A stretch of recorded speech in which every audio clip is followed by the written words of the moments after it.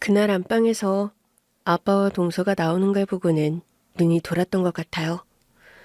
평소라면 동서가 오라고 해도 잘 안 가던 집이었어요. 지금 생각해도 내가 오죽했으면 그 집까지 갔을까 싶어요.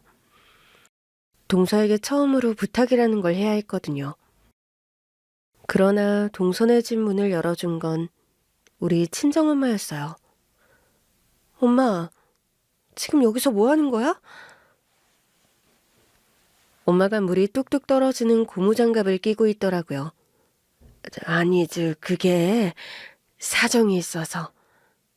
엄마, 설마 내가 동서한테 부탁해본다고 했다고 엄마가 먼저 와서 부탁한 거야? 아니, 그게 사돈이 월 300을 준다고 해서 그래서 왔지. 지금 뭐 하고 있는 건데? 저녁 먹은 설거지. 동서, 어디 있어? 저는 동서를 부르기 시작했어요. 동서, 나랑 얘기 좀 해. 아유, 딸, 그러지 마, 어? 내 얘기 좀 더 들어봐. 저는 동서를 찾아 동서네 집 안으로 성큼성큼 들어갔어요. 설마 그 집 안방에서 아빠가 나올 줄은 꿈에도 모르고 말이죠. 뒤이어 동서가 안방에서 옷매무새를 가다듬으며 나오는데 정말 눈이 돌더라고요. 아빠, 왜 거기서 나와? 어? 아니, 왜 동서랑 둘이 안방에서 나오냐고. 아빠가 뭐라 말을 못하더니 동서를 보는 겁니다.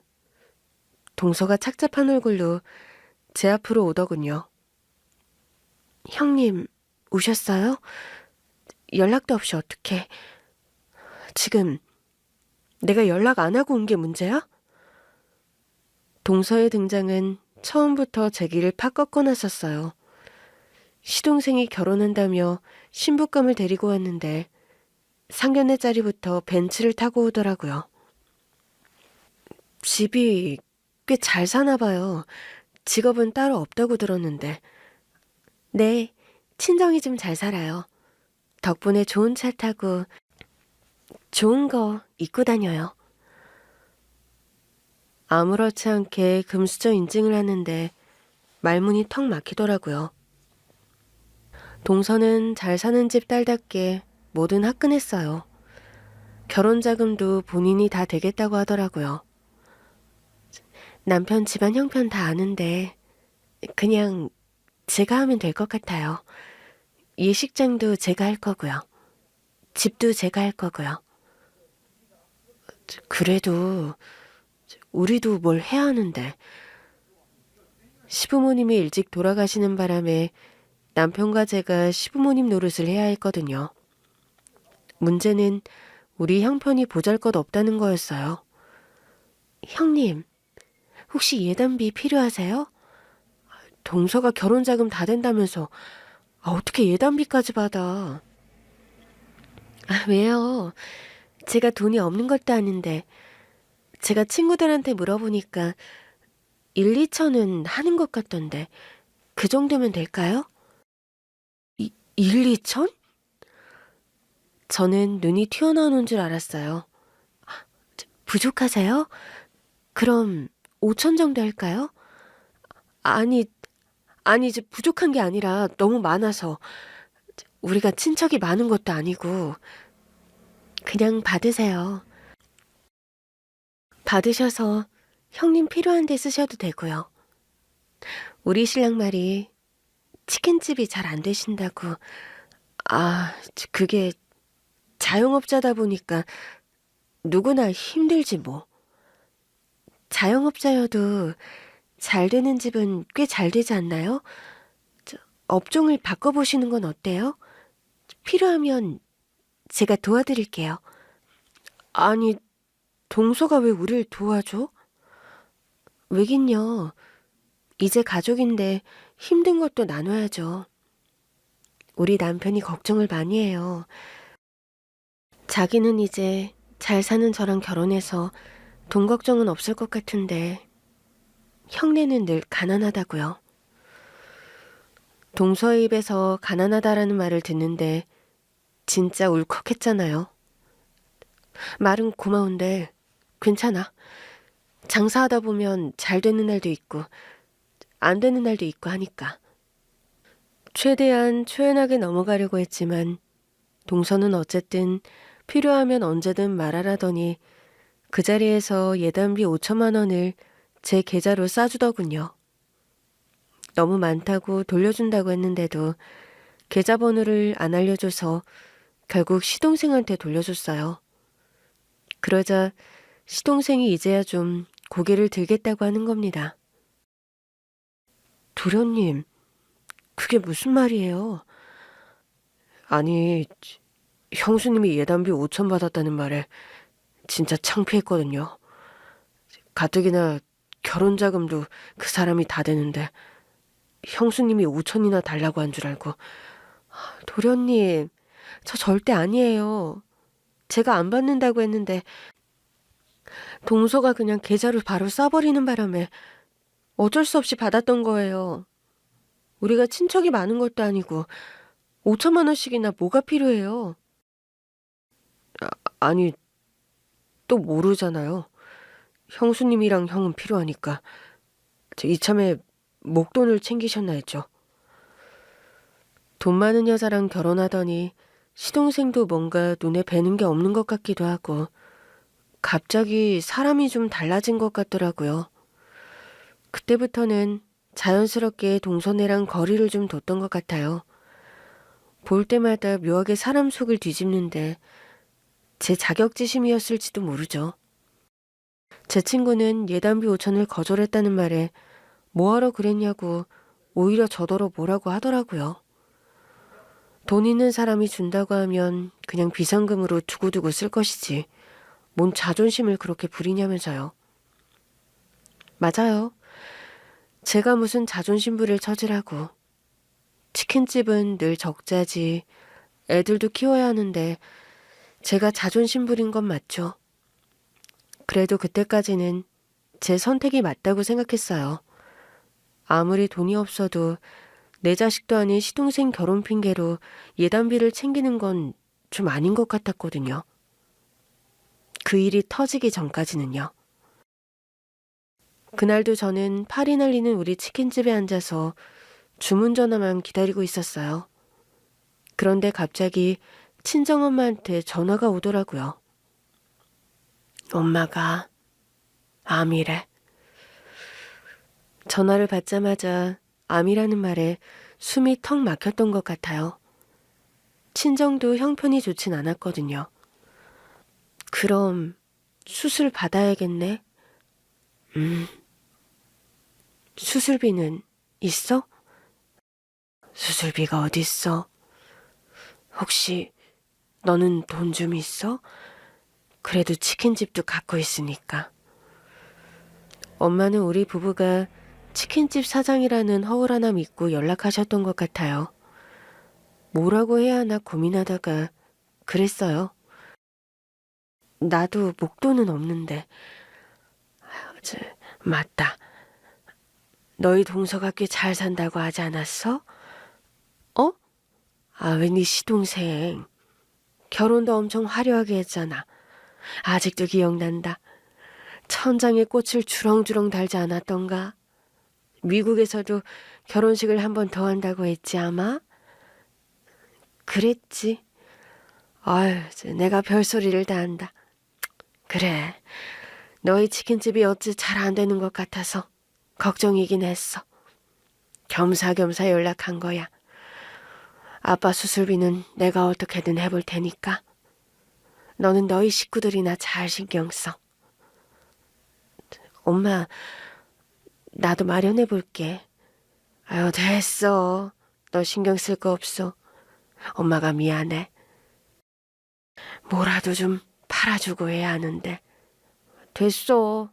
나도 그런 건 싫어. 불현듯 얼마 전 동서의 전화가 생각나더라고요. 형님, 저 단체 주문 좀 해도 돼요? 동서가 치킨 단체 주문을 한다고? 네. 우리의 유치원에 치킨 좀 돌릴까 봐요. 우리 치킨을? 혹시 물량이 부족할까요? 아니, 그건 아닌데 얼마나? 그러면서 치킨을 대량으로 주문해줬는데 안 받을 수가 없더라고요. 남편은 신나서 배달하러 가는데 저는 어찌나 자존심이 상하던지 부엌을 치우며 눈물까지 찔끔 났던 기억이 났어요. 그런데도 이 상황에서 목돈을 부탁해 볼 만한 사람은 동서밖에 없더라고요. 사실 동서는 처음부터 저한테 호의적이었어요. 잘 사는 만큼 당당한 태도가 때때로 거슬리다가도 의도가 나쁘지 않다는 건 알고 있었거든요. 우리 가족도 자기네 집으로 자주 초대했었는데 나중에는 안 가게 되더라고요. 애들이 동선에만 다녀오면 우리 집은 왜 아파트에 안 사느냐고 묻고 동선에서 먹었던 그 케이크가 또 먹고 싶다고 하는데 사줄 수 있는 형편이 안 됐으니까요. 그래서 동선의 집에 안 간 지도 꽤 됐을 때였어요. 그러던 차에 동서가 먼저 연락해서 치킨을 팔아줬던 거죠.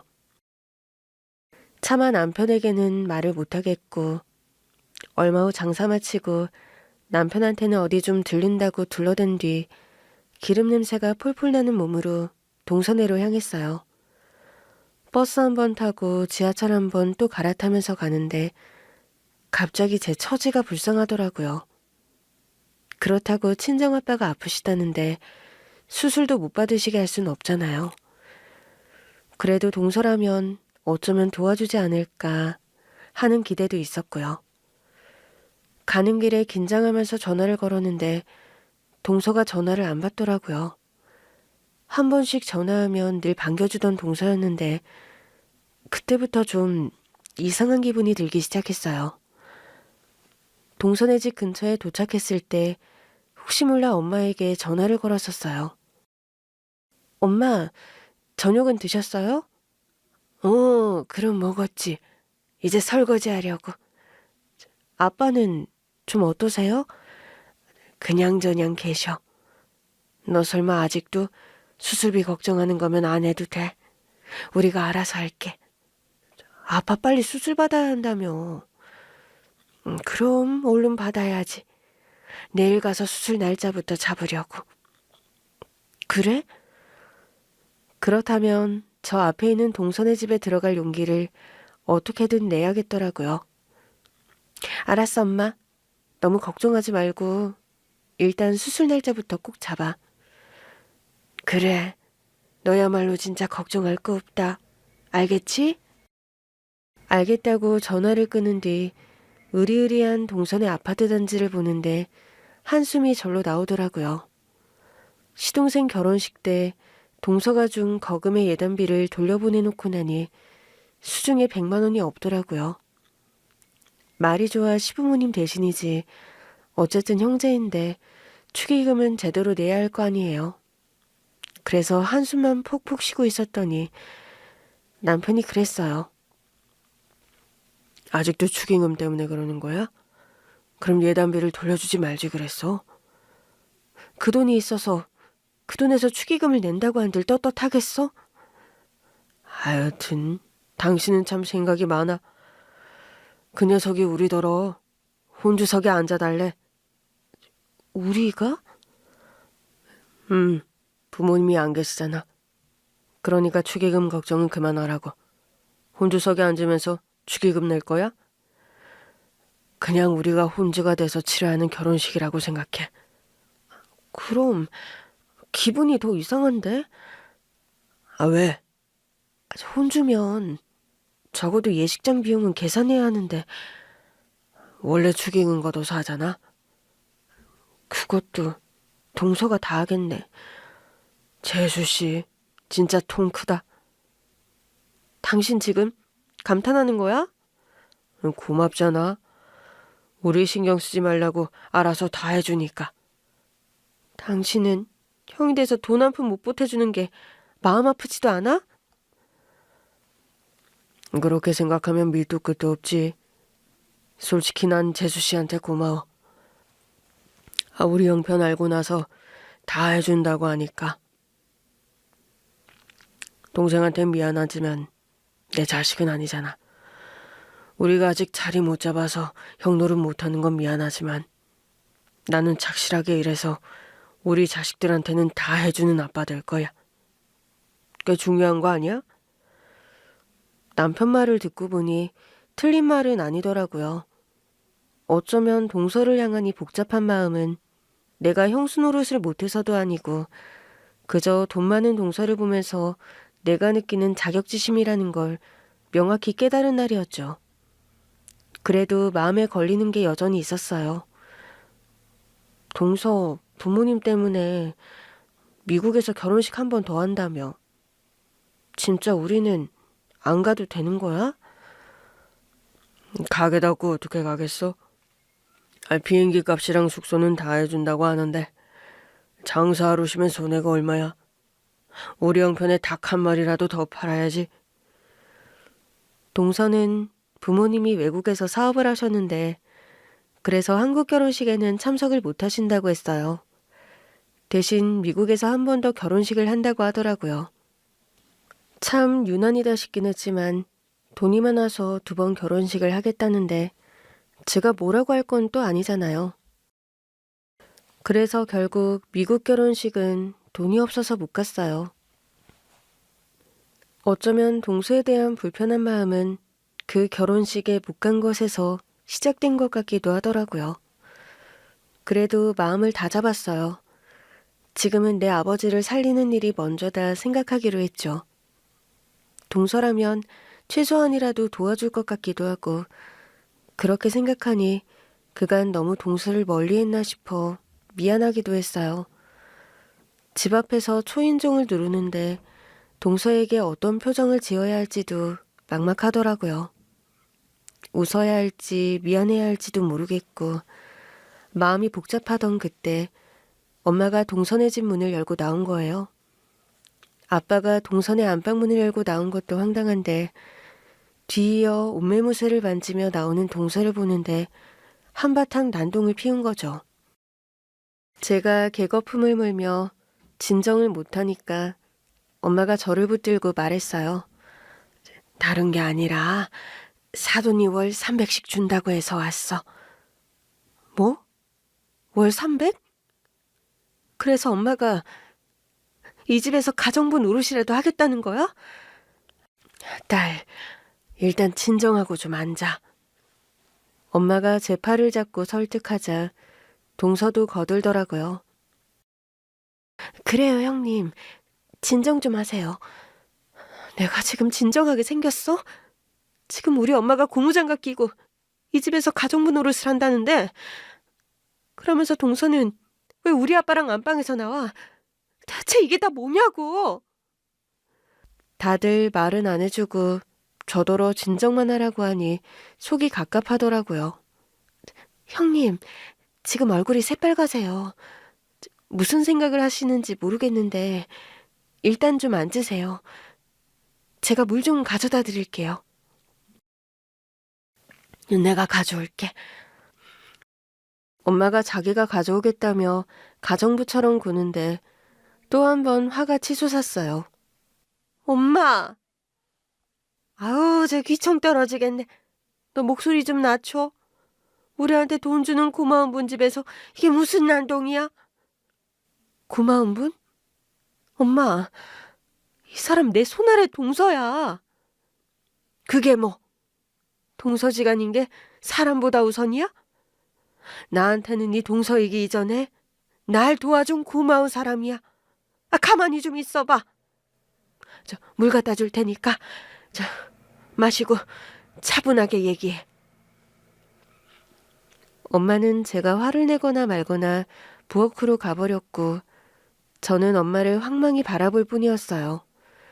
그러자 여태 꿀먹은 벙어리처럼 있던 아빠가 입을 여시더라고요. 딸, 네 동서가 우리를 도와준 거야. 우리 사정을 어떻게 알고? 찾아왔더라고. 동서가 엄마 아빠를 찾아왔다고? 동서를 보는데 동서는 고개를 숙인 채 가만히 듣고만 있더라고요. 엄마랑 나랑 집에 있는데 네 동서가 찾아왔어. 처음엔 우리도 긴가민가 했어. 낯이 있긴 한데 네 동서인 줄은 몰랐으니까. 그런데 아빠가 전혀 생각지도 못한 얘기를 하시더라고요. 이게 다 무슨 얘기야? 그때 엄마가 물컵을 들고 들어오더라고요. 무슨 얘기긴? 우리가 네 동서한테 부탁을 한 게 아니고 네 동서가 우리한테 찾아온 거라고. 너 망신시키려고 이러고 있는 게 아니다 이 말이야. 아니, 이건 또 무슨 소리야. 동서가 아빠가 아픈 걸 어떻게 알고 엄마 아빠를 찾아가냐고. 그제야 동서가 말했어요. 제가 꽤 오래 찾고 있던 분들이었어요. 동서가 우리 엄마 아빠를 찾고 있었다고? 말도 안 돼. 동서 결혼식 때 인사했었잖아. 그게 아저씨가 그때보다 풍채가 너무 작아지셔서 그때 성함을 들었으면 바로 알아봤을 텐데 그때가 언젠데. 아니 잠깐, 우리 부모님 이름도 알고 있었다고? 네, 저희 부모님께 늘 듣고 자란 이름이었어요. 여기서 동서 부모님이 왜 나와? 형님도 당황스러우신 거 알아요. 저도 그랬으니까요. 근데 다 사실이에요. 저도 처음에 두 분이 형님 부모님이신 거 알고 많이 당황했었어요. 근데 제가 찾던 분들이 맞더라고요. 왜 찾고 있었는데? 도대체 무슨 이유로?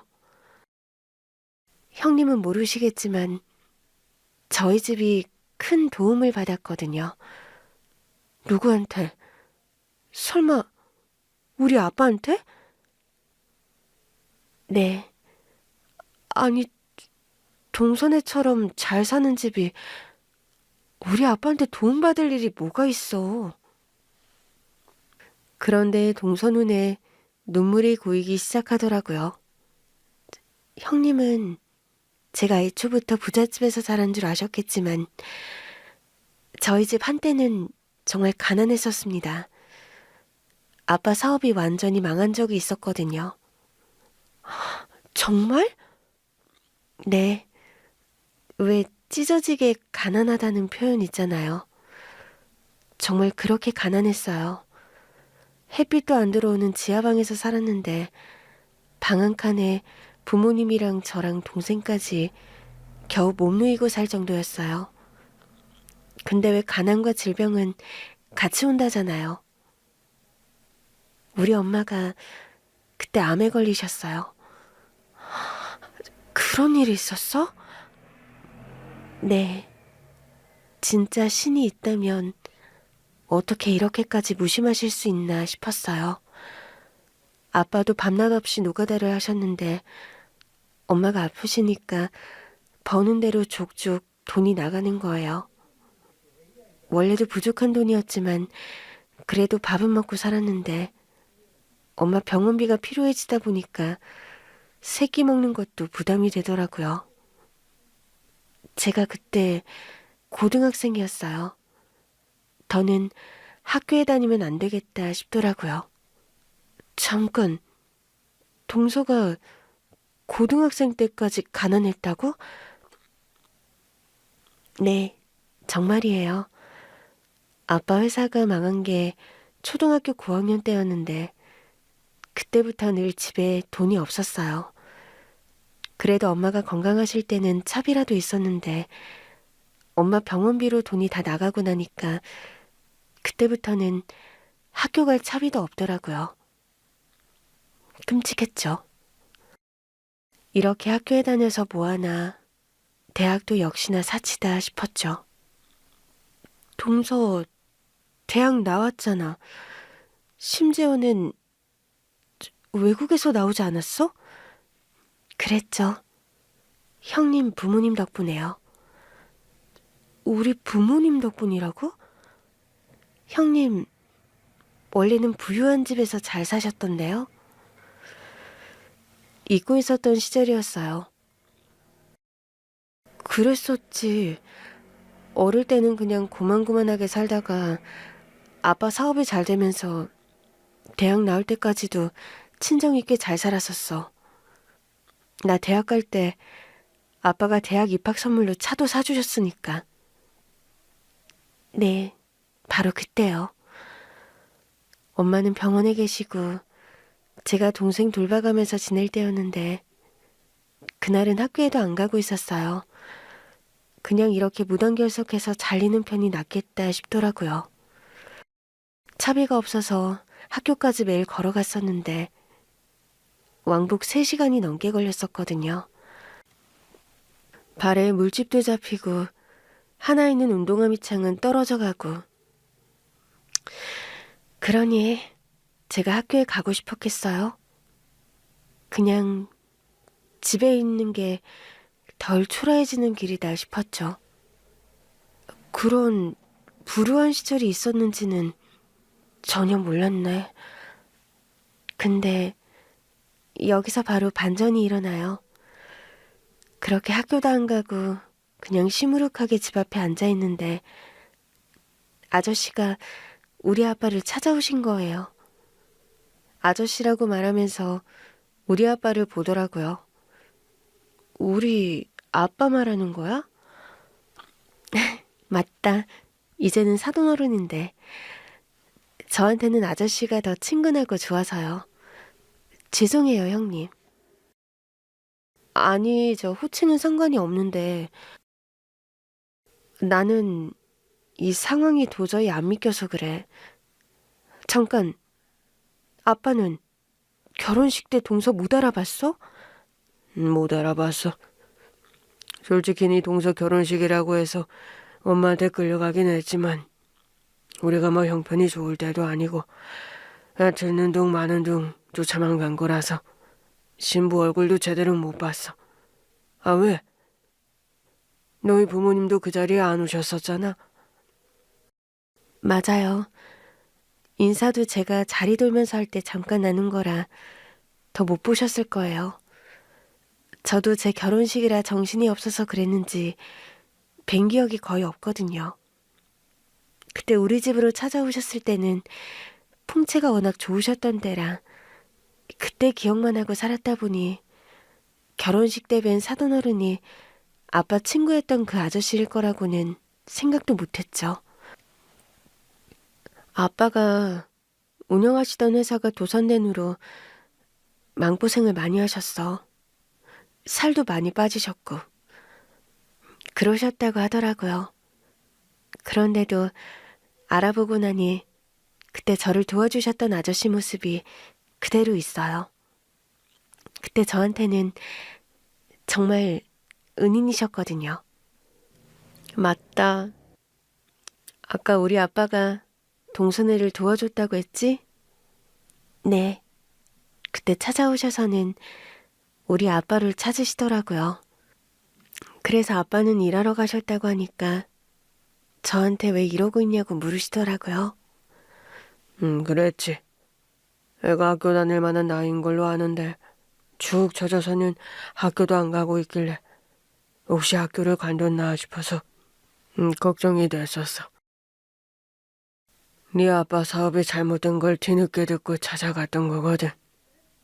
엄마도 일 가셨냐 물으니까 엄마가 병원에 계신다고 하더라고. 아, 이게 다 무슨 일인가 싶었지.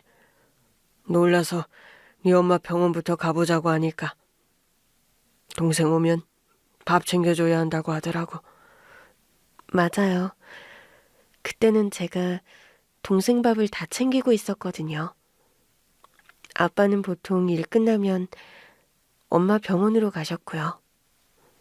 그래서 그때부터는 내가 이 집에 온 신경을 좀 많이 썼어. 네 엄마가 섭섭하다고 할 정도였지. 엄마는 알던 분들이었어? 나는 결혼식 때 한 번 본 게 다였어. 아빠 고향 친구라면서 축의금을 꽤 했을 거야. 당신 기억하네. 그 녀석이 막 취직했을 때였는데 월급의 반을 축의금을 냈더라고. 정말? 동선의 아버님이랑 그 정도로 가까운 사이였다고? 그렇다니까. 이 친구 한 번 나 한 번 망하면서 뭐 자주는 못 봤어도 늘 마음속에선 보고 싶은 친구였지. 얘기를 듣는데 너무 신기하더라고요. 그러면 혹시 동서가 대학을 나올 수 있었던 이유가 아빠 덕분인 거야? 형님, 맞아요. 아저씨 덕분에 저 대학도 가게 됐어요. 어머, 나 지금 소름 돋아. 저도 말하는데 뭉클해요. 그때 아저씨가 우리 가족을 안 찾아오셨으면 우리는 가난과 질병에 굴레해서 벗어날 방법을 못 찾았을 거예요. 아저씨가 우리 엄마 병원비는 물론이고 우리 가족이 살 수 있는 쾌적한 집도 마련해 주셨어요. 좋은 집까지는 못 해줬어. 내가 갑부도 아니고 그래도 볕은 드는 집에서 살았으면 해서. 저희한테는 천국처럼 좋은 집이었어요. 얼마나 행복했는데요. 엄마도 수술 받으시고 돌아와서는 너무 좋다며 우셨어요. 더 좋은 집을 해주고 싶었는데 내 형편이 거기까지밖에 안 됐어. 엄마 병원비에 우리 집에 아빠가 재기할 수 있게 도움도 주셨다면서요. 글쎄, 너희 아빠가 막노동을 하고 있다잖아. 사업가로 얼마나 능력 있는 사람이었는데 그래서 기회를 준 것뿐이야. 근데 이상하네. 아무리 동서 결혼식 때 동서를 못 알아봤다고 해도 동서 부모님 성함을 알았을 거 아니야. 물론 그날은 동서 부모님이 자리에는 안 계셨지만. 형님, 그게요. 엄마 아빠가 개명을 하셨어요. 뭐? 정말? 네. 아저씨 도움 덕에 차차 집안 상황은 나아졌는데 엄마 아빠가 사업을 하면서 당한 배신 때문에 상처가 많으셨어요. 그래서 이름도 바꾸고 아예 새로운 삶을 살고 싶어 하셨어요.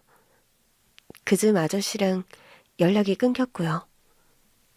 그럼 혹시 동서도 개명한 거야? 아니요.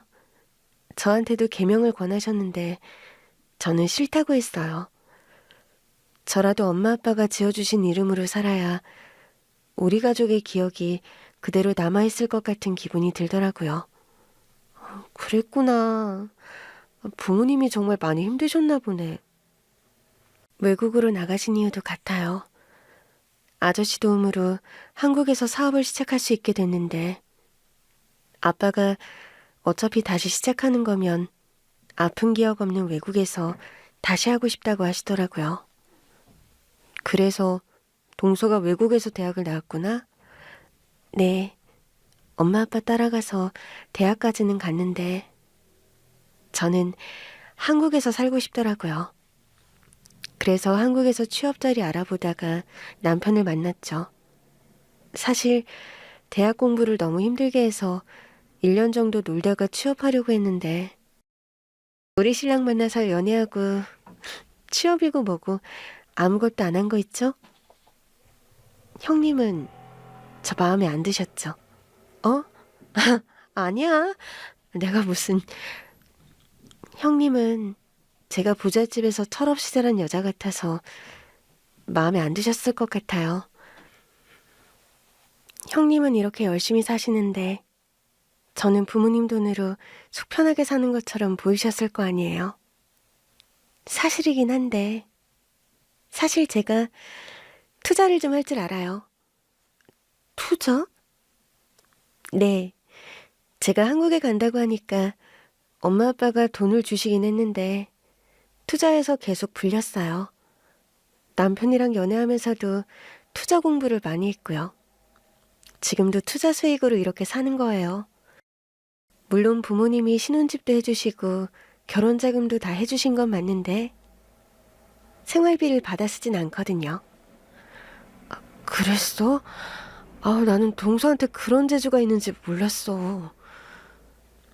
그래서 제 도움 안 받고 싶어 하셨던 거죠? 눈치채고 있었어? 네. 사실 저는 제가 워낙 못 살았던지라 돈 없는 게 얼마나 서러운지 알거든요.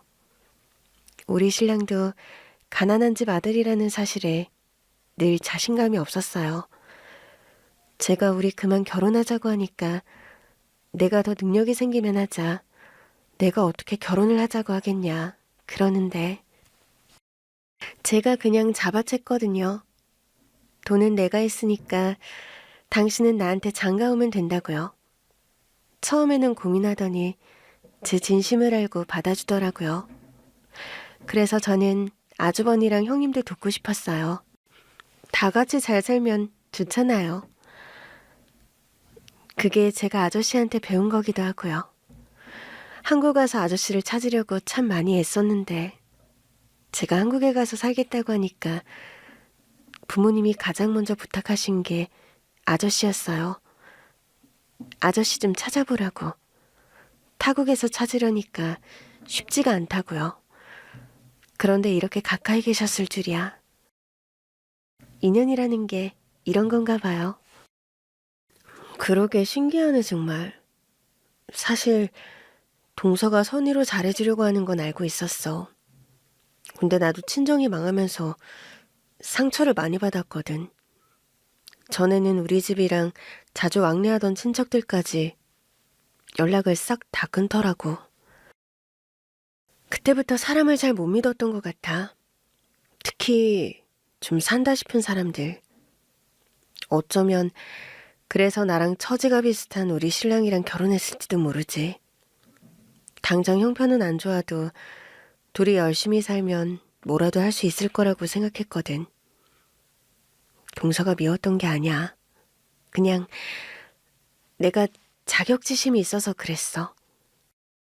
제가 형님께 제가 이렇게 살아왔다는 얘기를 좀 했으면 좋았을 텐데 사실은 저도 아직 얘기하기엔 아픈 기억인 것 같아요. 그래서 더 있는 척하고 잘 사는 것만 보여주고 싶고 그러면서도 또 형편 어려운 가족들도 돕고 싶고 제가 마음을 더 못 열어서 그런 거예요. 사실은 저도 참 힘들게 살았다고 그때 도움을 받은 덕에 이렇게 산다고 말씀을 드렸다면 형님도 저를 좀 덜 불편하셨겠죠? 아니야. 나도 동서한테 아무 말도 못하는걸. 결혼할 때 아무것도 못해줘서 늘 미안했어. 미국에서 한 결혼식 못 간 것도. 아니에요. 전 오히려 미국에서 결혼식 한 번 더 한 걸 후회했었어요. 왜? 막상 아주버니랑 형님 못 오신 거 보니까 부모님 설득해서 한국에서만 할 걸 그랬다 싶더라고요. 두 분 마음이 얼마나 불편하실까 싶고 마음 한편으로는 서러우시겠다 싶었어요. 그래서 결혼하고 나서 어떻게든 더 대접하고 잘하고 싶었던 것 같아요. 그렇게 마음을 좀 여시면 제 도움도 받아주시지 않을까 싶었던 거죠. 근데 제가 그럴수록 형님은 더 달아나시는 것 같더라고요. 동서도 다 느끼고 있었구나. 나는 동서가 늘 바쁘게 사니까 나를 그렇게까지 신경 쓸 줄은 몰랐지. 우리 가족이잖아요. 늘 형님네 생각 많이 했어요. 치킨집 위치가 안 좋은가 싶어서 더 좋은 데로 옮겨드리고 싶어서 남편한테 말하면 남편이 형이랑 형수님이 정 필요하시면 말씀하시지 않겠냐고 그러더라고요. 서방님은 우리가 동서한테 뭐 받는 게 더 부담인 것 같았어. 예단비 돌려주니까 오히려 안 도와더라고. 네? 아니, 왜요? 동서가 결혼 비용도 다 되는데 예단비도 내가 받은 줄 알았나 봐. 이 사람이 정말 죄송해요, 형님. 그게 제가 드린 건데 저는 형님이 돌려주셔서 섭섭했단 말이에요. 그래도 5천만 원은 너무 많았잖아. 예단비 핑계로 그냥 형님 드리고 싶었어요. 치킨집 잘 안 된다고 들어서요. 그냥 못 이기는 척 받아주실 줄 알았는데 제가 계좌번호도 안 알려드렸는데 결국 우리 신랑 통에 돌려보내셨더라고요. 제가 그때 눈치챘죠. 우리 형님이 공짜를 안 좋아하는 분이시구나. 진짜 특이하신 분이다 하고요. 이제와 생각해보니 워낙 잘 살았던 분이라 자존감이 은근히 높으신 것 같아요. 아, 무슨. 그러자 우리 엄마 아빠도 맞장구를 치시더라고요. 아휴, 맞아. 애가 자존심 빼면 시체인 애였어. 우리 집 망했는데도 늘 옷은 깨끗하게 정갈하게 입고 나가고, 결혼할 때 우리가 돈 한 푼 못 해줬는데도 그런 건 중요하지 않다. 결혼식 안 하고 살아도 되니까 돈 때문에 미안해하지 말라고 하더라고. 아빠가 진즉에 아저씨를 찾으셨으면 형님도 그렇게 고생 안 하셨을 텐데. 난 괜찮아. 살다 보면 좋은 때도 있고 나쁜 때도 있고 한 거지. 무엇보다 지금은 아빠 병원비는 해결된 것 같아서 기뻐. 사실 나 처음으로 동서한테 그거 부탁하려고 온 거거든. 어머, 정말요? 근데 동서랑 아빠가 한 방에서 나오고 우리 엄마는 고무장갑 끼고 있고 이러니까 내가 너무 놀란 거야. 아, 그게 엄마가 자꾸 집안일을 해주겠다고 하셔서요. 엄마? 어머, 죄송해요. 제가 형님 어머니를 자꾸 엄마라고 부르게 돼요. 사실 엄마는 초면인데, 엄마가 아니라 사돈 어르신인데. 됐어. 그냥 편하게 불러. 정말 그래도 돼요? 아니, 도대체 언제부터 이렇게 편해진 거야? 얼마 안 됐어요. 근데 제가 자꾸 엄마라고 부르게 되더라고요.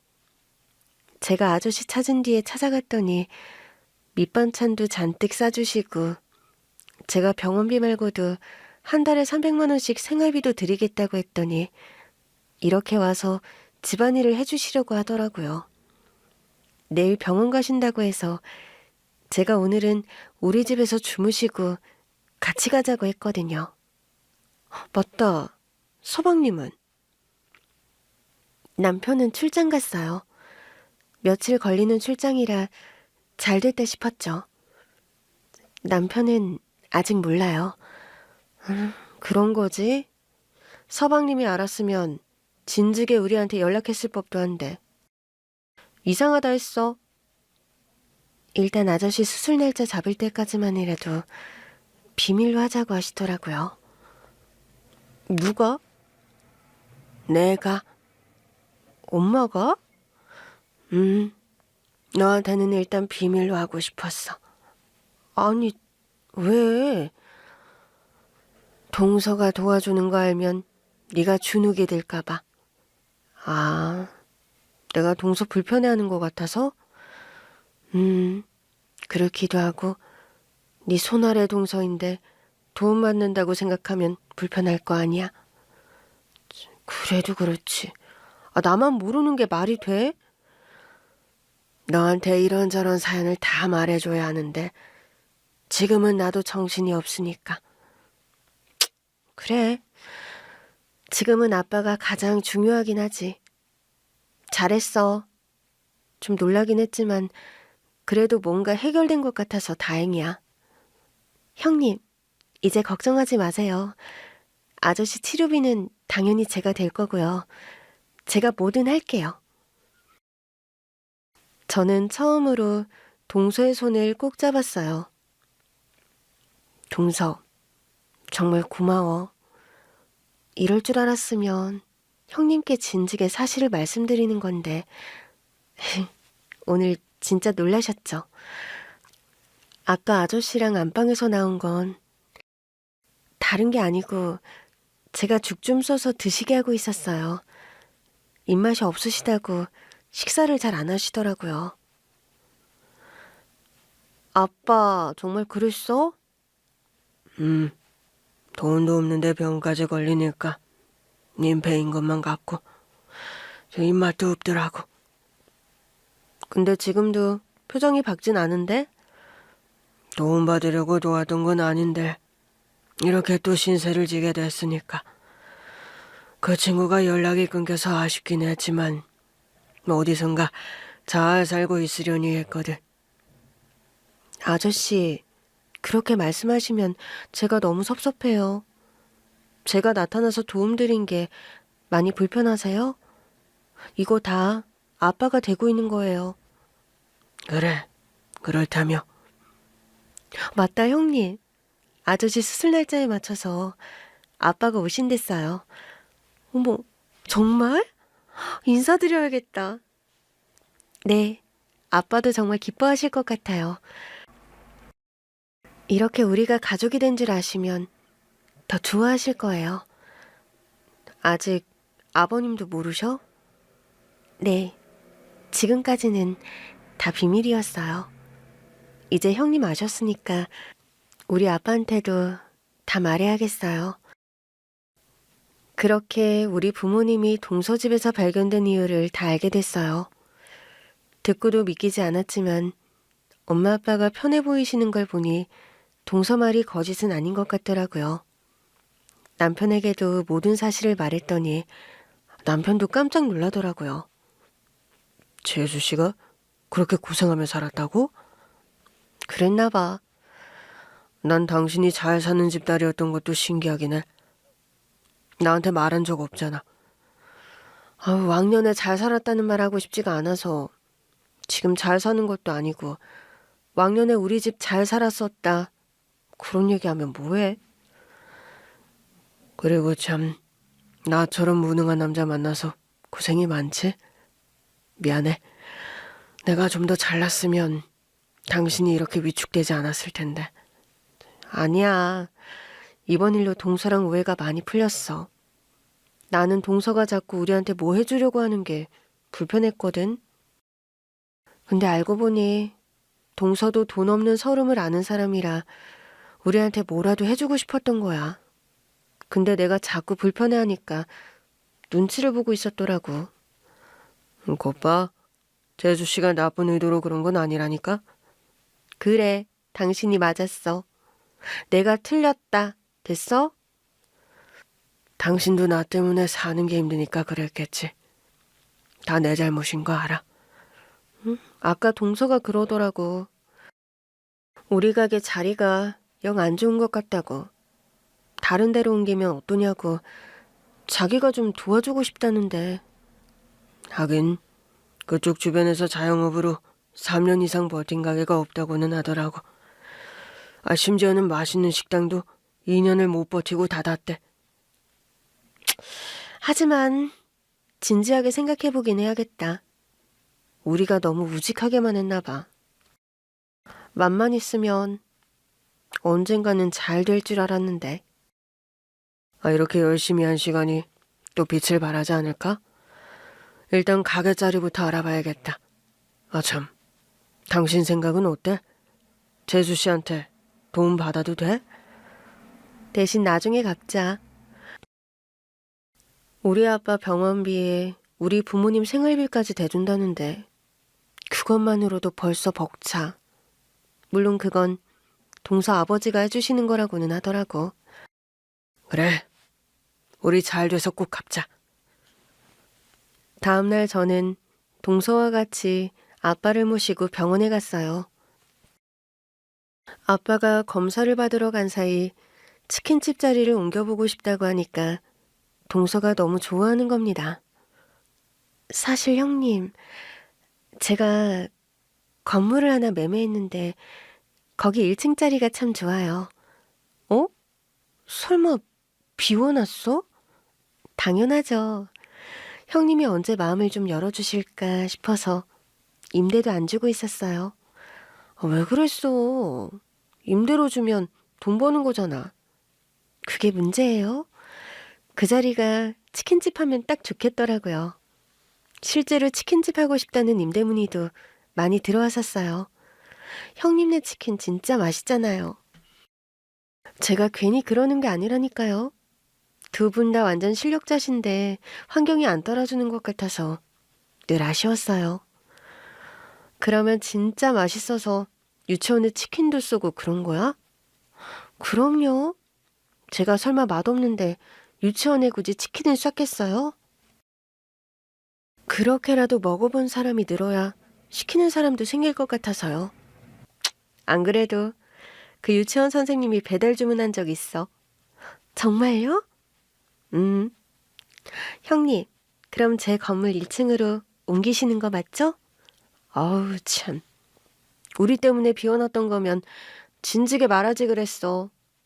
그랬으면 우리가 얼른 들어가서 월세라도 냈을 거 아니야.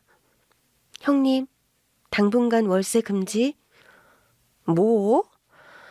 가게 자리 잡을 때까지 다 공짜예요. 제가 가게 인테리어까지 싹 다 해드릴게요. 물론 형님이랑 상의해서요. 안 그래도 제가 좀 골라둔 게 있는데 한번 봐주시면 안 돼요? 너무 괜찮아서 꼭 보여드리고 싶었어요. 그제야 동서 진심이 보이기 시작하더라고요. 동서는 진심으로 우리 부부가 잘 되기를 바라고 있었어요. 동서가 모아둔 인테리어 사진을 보는데 정말 다 좋더라고요.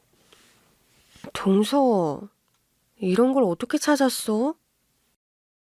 제 건물 1층에 형님네 치킨집 들어오는 상상만 하면서 골라뒀던 거예요. 드디어 꿈이 실현되다니. 저 진짜 안 믿겨요. 아저씨를 다시 만난 것도요. 아유, 남한테 뭐 해주면서 뭐가 그렇게 즐거워. 동서 돈 쓰는 건데. 그렇게 해서 형님이 잘 되면 저도 좋은 거잖아요. 형님이 돈 많이 버셔서 마음의 여유가 생기면 저랑도 좀 놀아주시지 않을까요? 같이 여행도 다니고. 그러면 재밌긴 하겠네. 형님도 집이 잘 살아서 철없이 살던 때도 있으셨을 거 아니에요.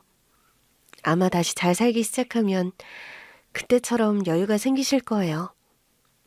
그때는 나도 정말 철없이 살았지. 나도 동서처럼 친구들한테 뭐 사주기도 잘했었어. 그러셨을 것 같아요. 그러니 도움받는 게 자존심상 허락이 안 되셨던 거겠죠. 그랬던 것도 같네. 형님, 우리 둘 다 친정의 흥망성쇠를 통해 배웠잖아요. 인생 어떻게 될지 모른다는 거. 저 지금 세상에서 가장 믿을 만한 사람한테 투자하는 거예요. 투자? 네. 제가 만약에 가난해지면 저한테 도움을 줄 사람? 형님이잖아요. 부모님도 계시면서? 솔직히 부모님께는 잘 사는 모습만 보여드리고 싶기도 하고, 솔직히 언제까지 곁에 계셔줄지도 모르고요. 무엇보다 한국에서 가까이 살고 있는 분은 형님이잖아요. 내 책임이 아주 막중하네. 그럼요. 그러니까 제가 뭘 해드리든 그냥 막 받으세요. 혹시라도 나중에 제가 도움받을 일이 생기면 뻔뻔하게 받을 수 있게요. 아빠 병원에 왔는데도 동서랑 이런저런 얘기를 하다 보니 시간도 빨리 가고 걱정 근심도 좀 사라지는 듯 했어요. 동서, 정말 고마워. 마음이 너무 무거웠는데 동서 덕분에 좀 가벼워진 것 같아. 다행이에요. 저는 형님이 앞으로 행복해지기만 했으면 좋겠어요. 왜? 왜긴요? 우리 집을 살려준 은인의 딸이기도 하고 이제는 제 가족이기도 하니까요. 우리 부부만 잘 사는 거 재미없었어요. 형님도 같이 잘 살아서 자주 모이기도 하고 하하호 웃으면서 살고 싶었거든요. 내가 미안해. 내가 동서 진심을 너무 몰라줬어. 아니에요. 저는 지금이 딱 좋아요. 이렇게 서로 오해도 했다가 푸니까 더 가까워진 것 같고 좋아요. 그때 엄마가 다가오시더라고요. 아빠 검사 다 끝났어. 네, 엄마. 순간 제가 대답한 줄 알았잖아요. 동서는 그때부터 쭉 우리 엄마한테 엄마라고 불러요. 가만 듣다 보니 한 가지 궁금해지더라고요. 근데 우리 엄마한테는 엄마라고 하면서 왜 우리 아빠는 아저씨야? 어머, 정말 그렇네요? 그게 아저씨는 어릴 때 아저씨라고 불렀던 게 있어서 더 그런가?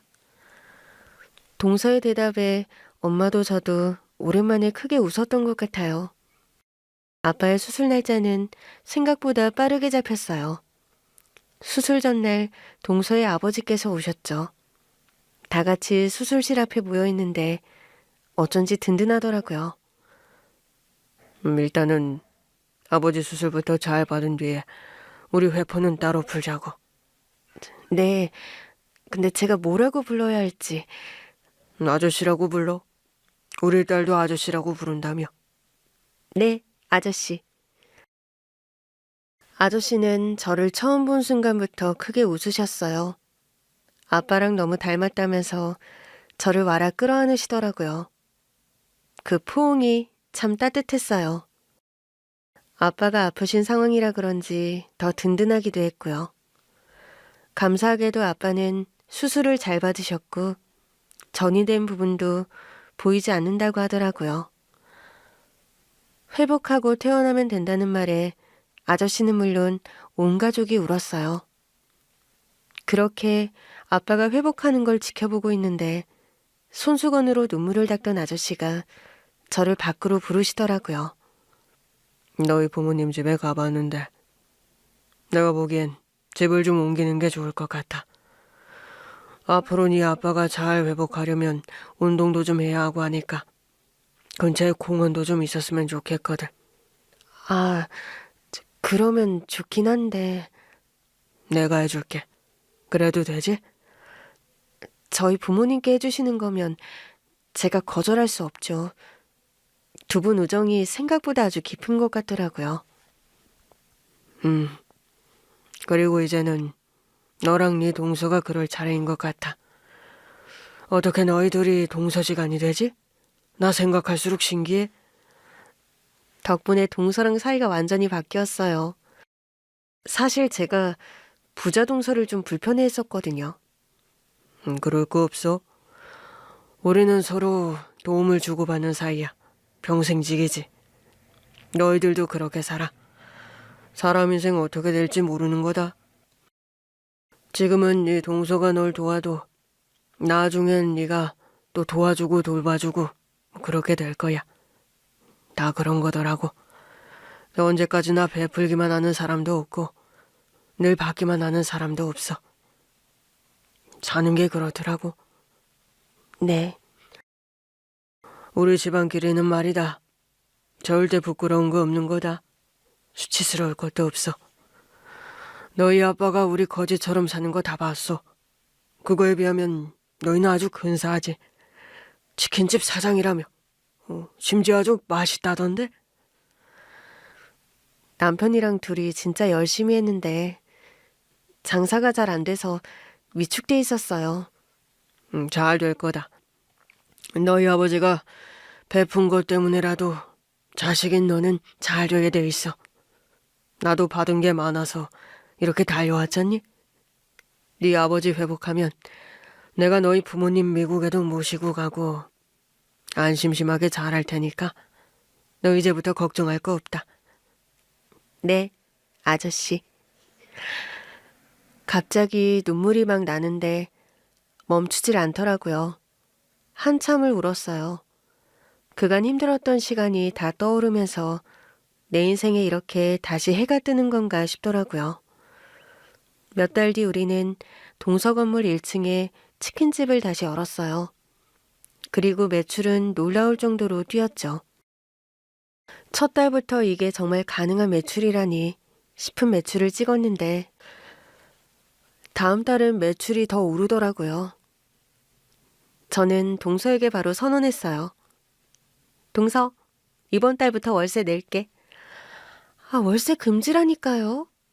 동서, 우리 매출 장난 아니야? 바로 낼 수 있어.